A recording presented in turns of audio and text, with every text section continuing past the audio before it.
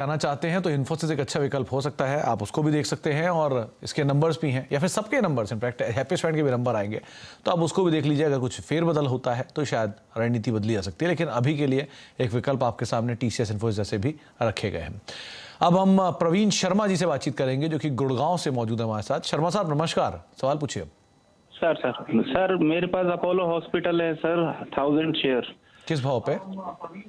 मैंने लिए थे 94 के करीब, 94 के में लिए थे, कोई 24 या 28 रुपए रेट होगा जब 1994 में।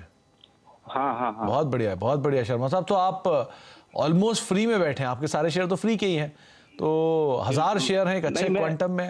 जी सर। तो आप अब क्या रणनीति रखना चाह रहे हैं इसमें शर्मा साहब, क्योंकि आप ऑलरेडी एक अच्छे इन्वेस्टर हैं। हूँ तो सही, मैंने तो लेवल इसका 5800 भी देखा है, 5700 भी। मैं सोच रहा हूँ कि अगर मैं 2 साल और बना रह सकता हूँ क्या?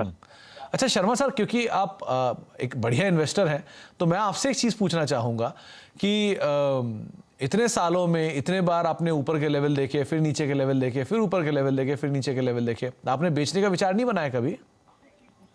बस मेरे को ये लगा कि फंडामेंटली साउंड शेयर है, इसलिए मुझे फिलहाल सरकारी नौकरी थी, रिटायरमेंट हमारे यहाँ बेनिफिट है नहीं जी, तो मैंने सोचा कि पड़े रहेंगे, आखिरी में काम आ जाएंगे। जो बहुत बढ़िया, आपको काम दे भी रहे हैं ऑलरेडी। 1000 शेयर 28 रुपए पे 28,000 रुपए का निवेश है आपके सामने, 5000 इंटू 1000 यानी करीब करीब आप मान लीजिए 60 के हिसाब से 50 लाख रुपए बैठ गए।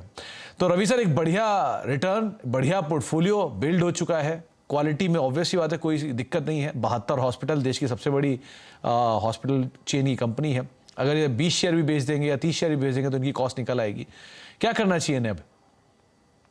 देखिए सुमित जी, ऐसे में सुझाव यही होता है कि अगर आपको पैसे की जरूरत है तो बिल्कुल आप थोड़े बहुत शेयर निकाल करके आप पैसा निकाल सकते हैं। नहीं तो लॉन्ग टर्म के हिसाब से चूंकि आपकी इतनी लोअर लेवल की बाइंग है तो आप कंटिन्यू आपको यहाँ पर रखना चाहिए। लेकिन आपने सीएनबीसी आवाज पे कॉल किया तो एक सजेशन भी यहाँ पर दूंगा।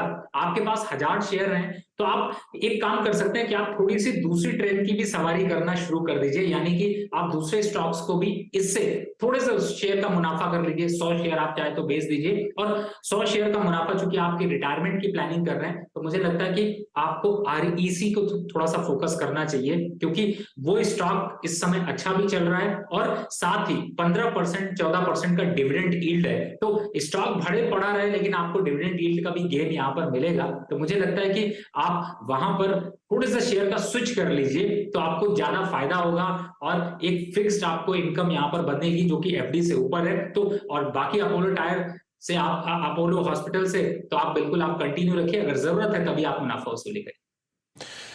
तो पहली चीज शर्मा सर, आपने बहुत बहुत मुबारकबाद आपको इतने शानदार रिटर्न के लिए। दूसरी चीज, आप आराम से बैठे रहें, बस आप थोड़ा बहुत पैसा चाहें तो निकाल के किसी और अच्छे विकल्प में जा सकते हैं। डिविडेंड यील्ड के लिहाज से आरईसी आपको बताया गया है, निवेश के लिहाज से आईटी में आप इन्फोसिस, टीसीएस जैसी कंपनियों को देख सकते हैं। तो ये विकल्प आपको बता रहे हैं रवि सर, जिनको आप फॉलो कर सकते हैं। लेकिन बहुत बढ़िया आपने निवेश किया, उसके लिए आपको बहुत बहुत शुभकामनाएं। आगे बढ़ते हैं और अपने अगले दर्शक से बातचीत कर लेते हैं। हमारे साथ बातचीत करने के लिए अशोक जी हैं, चंडीगढ़ से मौजूद हैं। अशोक जी नमस्कार, सवाल पूछिए अपना। नमस्कार सर। नमस्कार अशोक जी, क्या सवाल है आपका? सर मैं रवि जी से यह पूछना चाह रहा था कि मेरे पास सूर्योदय स्मॉल फाइनेंस बैंक के 70 शेयर थे, मेरे को आईपीओ अलाउड हुआ था, तो उसका क्या करूं मैं भी? जी, तो रवि सर, इनके पास सूर्योदय स्मॉल फाइनेंस बैंक हाल की लिस्टिंग है, 70 शेयर है आईपीओ अलॉटमेंट के, 255 के दाम पर, और अब करीब करीब 140 रुपए पर शेयर घाटा है। क्या करना चाहिए ना? देखिए अशोक जी, मुझे ऐसा लगता है कि आपने आईपीओ में जरूर लिया था, पहली बात है। अभी थोड़ा सा लॉस हो रहा है, लेकिन इसी जगह पे एक दूसरा शेयर मैं आपको रिकमेंड करूंगा।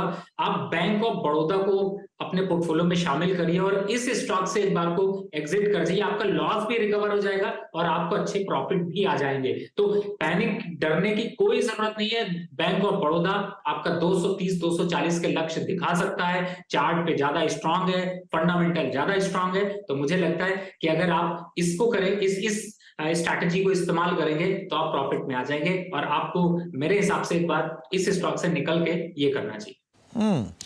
तो आपको एक नया विकल्प